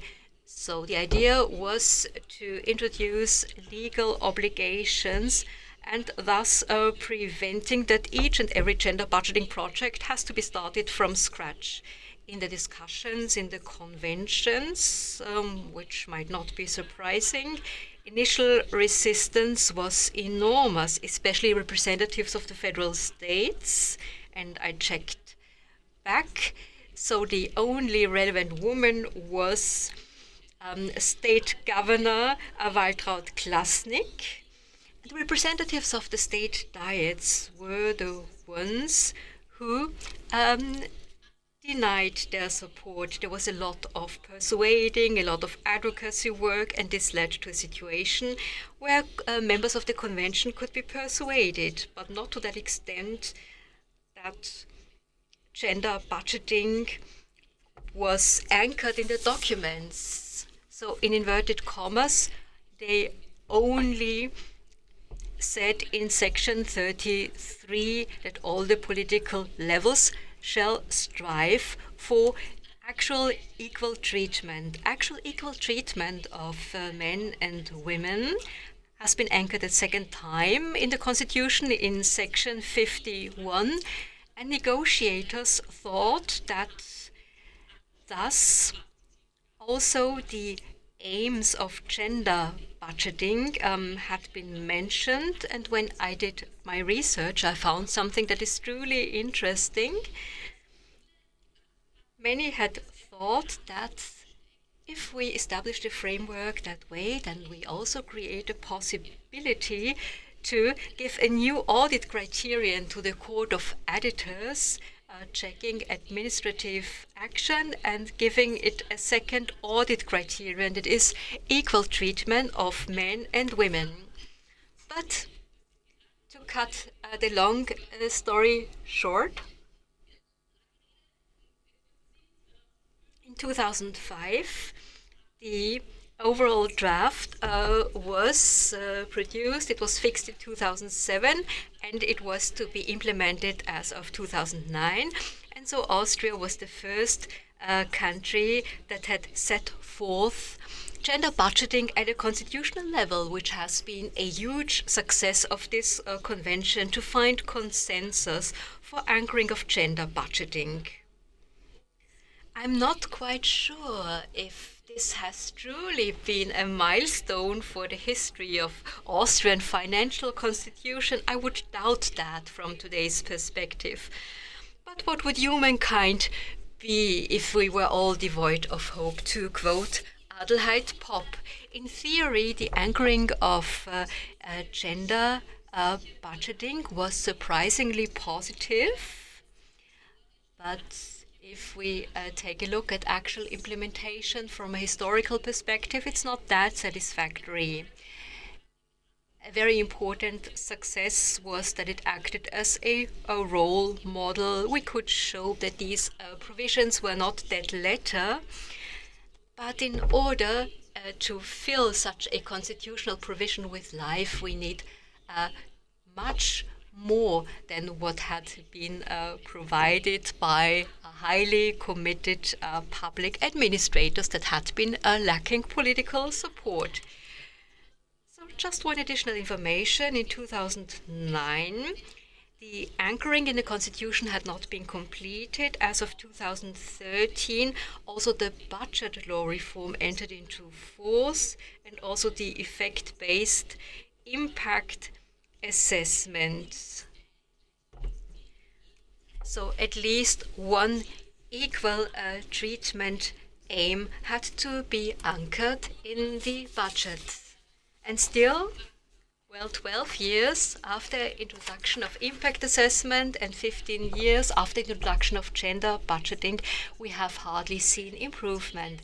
If we take a look at the goals that have been reached and the goals that have not been reached, in 2013, 57% of all goals had been reached or even exceeded. Only 3% of the goals had not been reached. And of course, there was a massive trough during the corona pandemic, but in 2021 we had seen that the goals that had been achieved went down, and that 9% of the goals couldn't be achieved. So some important information: the budget service introduces, draws up a map every year, documented the aims that have been achieved at a federal level when it comes to gender budgeting. So it's really a good read. But the fact that gender budgeting doesn't really work in Austria can be traced back to many reasons. So I think the biggest problem is the lack of an overall strategy, and that all these subsections that we have, they are not reconciled.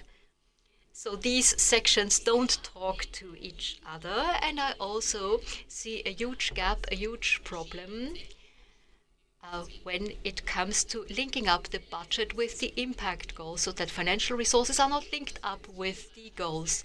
Many of you might be surprised if I say that many goals have not been fulfilled, but there are many goals that are prepared every year, and they lack ambition. They definitely lack ambition. And if these goals are missed, and if they lack ambition, so basically there is no one who is responsible for consequences or sanctions. We already heard it. So we are lacking data, there is a dearth of data, so there is a lack of political responsibility, be it in a women's ministry, be it in the finance ministry, for example, and there is, of course, also a lack of transparency. We need more transparency for gender budgeting, basically for the representation of actual budgetary means. So from the budget documents, we cannot really read how much money has been spent on equal treatment goals. So you can scour the documents for days and you won't find any relevant information. And I think this is something that could be changed easily. So I stole this idea, a very important idea in this regard, from Vienna. So we just have to introduce a gender budgeting chapter, listing all the equal opportunities, equal treatment measures and aims, and everyone in the room could truly understand and assess the measures that have been taken by the government. So I think overall in Austria, when it comes to gender budgeting, well, I have to state that the successive crises that we have seen have also been a cause of the failure of gender budgeting, and that in 2009, gender budgeting actually should have taken off, and this is when the first big crisis rained down on us. And this was not really helpful for introducing gender budget. But every successive crisis has been used as an excuse for not doing something about gender budgeting. So we heard we will do it once we get a handle on inflation and so on and so forth. All these crises, and we have a few analyses, all these crises have shown us that 42% of corona payments have solely gone to women, that compensation for the bracket creep was to the benefit of men. And of course this can be traced back to the fact that the gender pay gap is still huge in Austria. And I think there is a lot of work to do in this regard. If we are serious about gender budget, and without any doubt, already in 2009, more advocacy work would have been necessary in order to follow through with gender budgeting and to fill it with feminist contents. I have the feeling that the civil society and media ran out of breath. We all had the feeling that this instrument is firmly anchored at a constitutional level and that it would represent a surefire success. But this was not the case, unfortunately, and because this was not the case, well, and so this has led to the fact that gender budgeting is a strategy devoid of meaning. And once again, please do not get me wrong. Public administrators with a commitment for equal opportunities, well, they really gave their very best, but of course, leeway is restricted, especially if confronted with a lack of political support. Well, what would we need for gender budgeting to work? I would like to cut to the chase here. We need transparency, we need quality standards, resources, responsibilities, accountability, and mechanisms for sanction. And we also need to link up financial resources and impact goals. But for this, gender budgeting would have to be taken seriously by policy, and when it comes to tax reforms, aid packages, and consolidation measures. Because only this way gender budgeting can really make a contribution to decreasing inequalities. And this is more important than ever because we are facing choppy and turbulent times, and this actually brings me to the blank slide when it comes to the perspectives. I think I have a few minutes to go. This is excellent. And I would like to mention a few very important points when it comes to gender budgeting. And I would like to talk about the few results that we heard yesterday when it comes to the austerity measures of the new government. What is important first and foremost? So it's very important to consolidate the budget when it comes to the revenues and when it comes to spending. This is not a leftist program.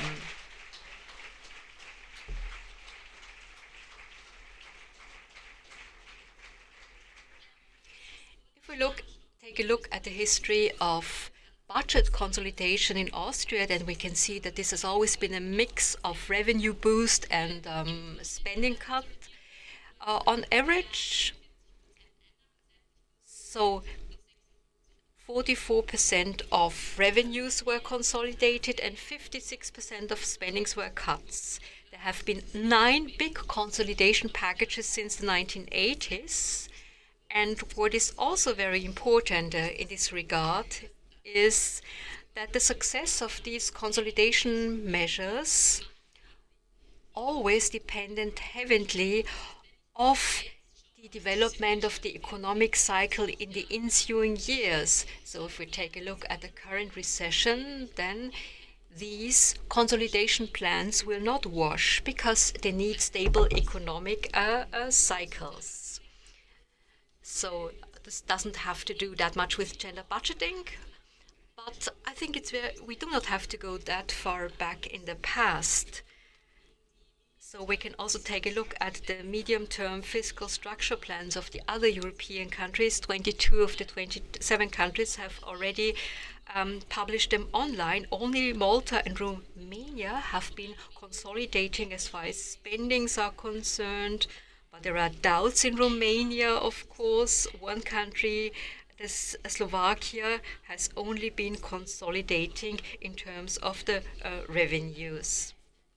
And all the other countries have been consolidating in terms of spending and in terms of revenues. And this is what they should actually do.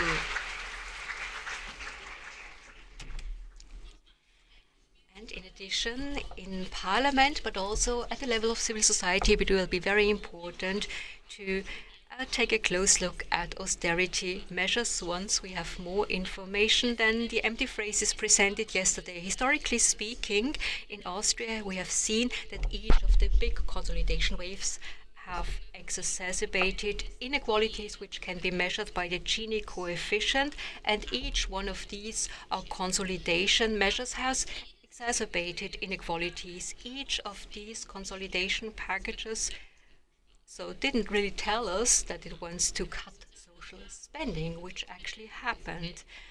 If we take a look at social spending, then we can see that for each of these austerity measures, there have been cuts. And if we take an even closer look, then we can see that this always concerned family benefits.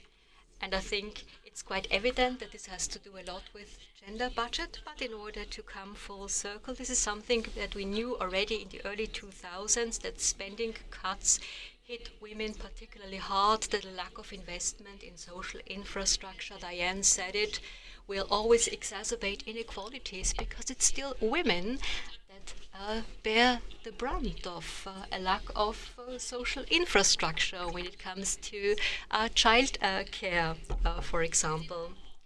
But we have also seen the following, and this is something that I would like to underline. In each austerity measure, after each consolidation measure in Austria, but not only in Austria, we've seen that there is an increase of the unpaid work provided by women, because somehow what the state is not providing has to be compensated for.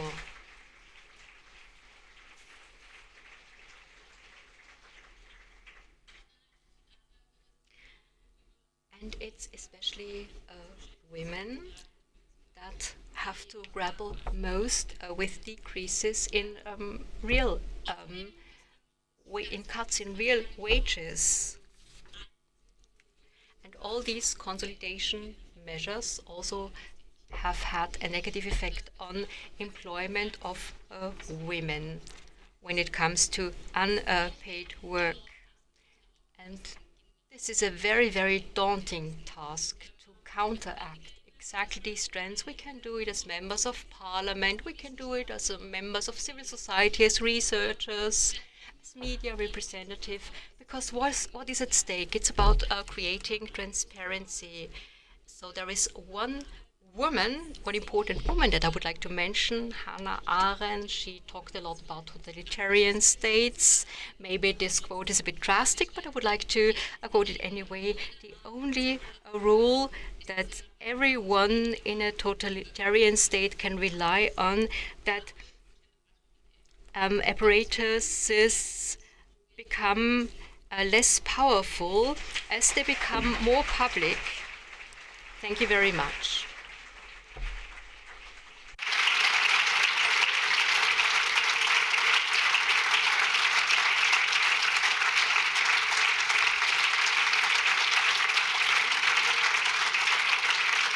Ein Riesenapplaus.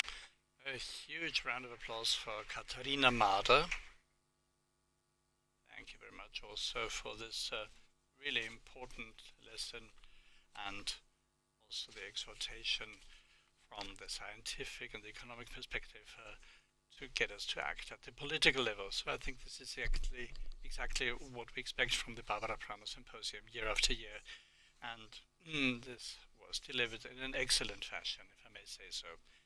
Dear Evie, would you like to come back and we'll do an outlook together for the afternoon, which strictly speaking has already started, more or less, but in any event, after our well-deserved lunch break until 1 o'clock, we'll split up into workshops until 3 o'clock. So what do you have in store? Well, the workshops will unfortunately not be available for the online participants, but maybe you can briefly listen in to what we're going to discuss this afternoon. Yes, right, dear Sonja. We are now standing between our schnitzel, our breaded pork chops, and the afternoon workshops. I'm not sure whether we have schnitzel at all. But anyway, we'll have our afternoon workshops. Yes, we'll have those.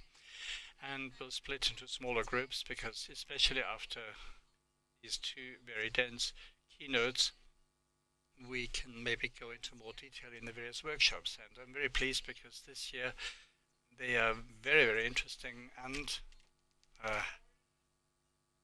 they will also be moderated by excellent people. Workshop 1 will be about challenges and opportunities of gender budgeting here in Austria. So we managed to find Helmut Berger, who for a long time was the former head of the Parliamentary Budget Service, and I can tell you, as a member of parliament, he was the one who was able to answer all the gender budgeting questions down to the last detail, and he always found the right figures to share with us. So Mr. Berger, we're very pleased to have you with us here today. In this group we'll also have Elfriede Fritz. She's a lawyer and a former chair of the working group on equal opportunities at the Federal Ministry of Finance. So highly relevant if we have the Federal Ministry of Finance, the inside perspective, and to also focus on the equality aspects. And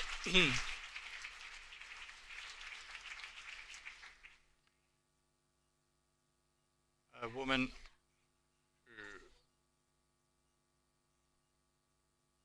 who will also be getting a lot of boost from us, Marina Hanke, a member of the Vienna City Council and chair of the Vienna Women's Council. So you'll get a boost and energy, and then we'll move towards the 27th of April for the municipal elections.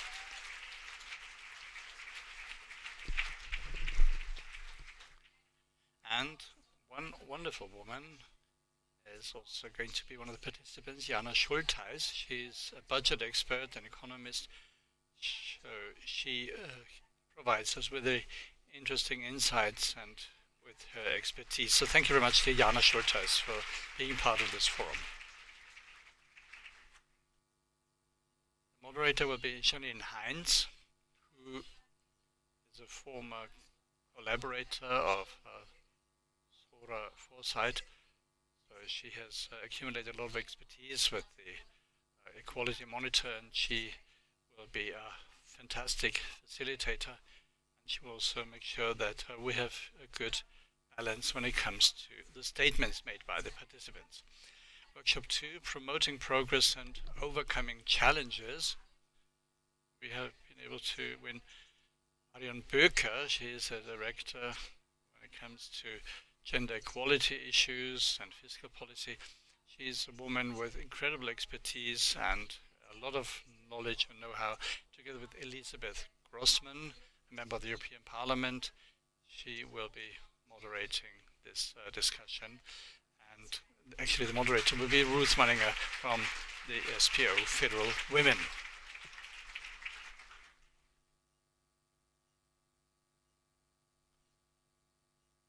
And the third workshop will be designed a bit differently. It will be a panel discussion.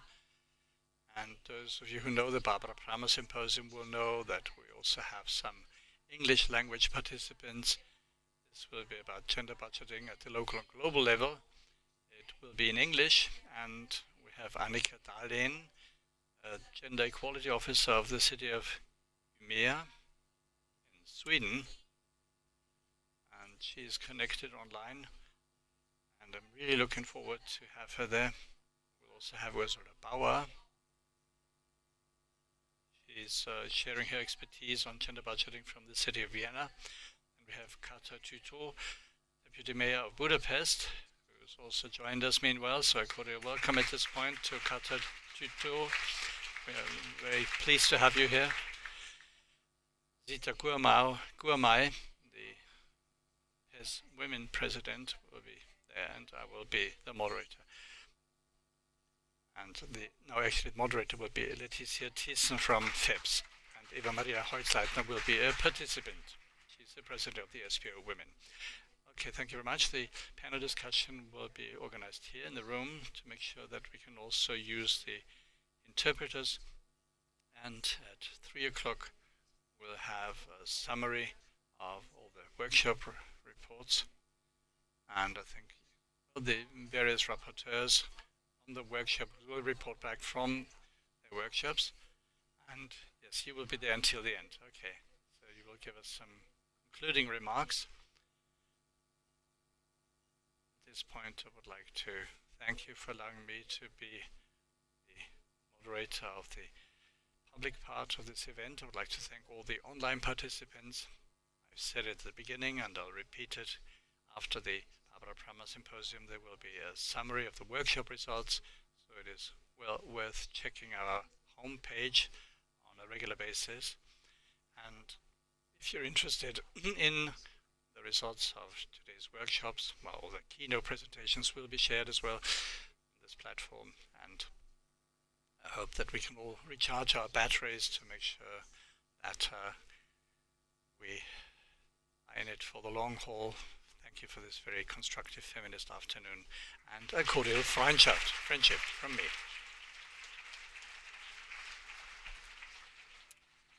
And at this point, I did not leave the stage quite consciously, because of course we also need to thank somebody else, namely our dear moderator, Sonja Kato. Thank you very much for your always very professional moderation, because there's a difference whether you have a woman on the stage who does this with a lot of passion and expertise or not. And she is also a birthday girl. So happy birthday, dear Sonja. Thank you very much for your professional support and moderation here.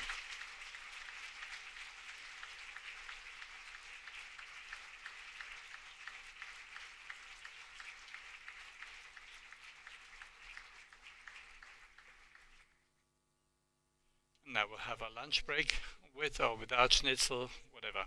So enjoy your lunch break and have a good workshop.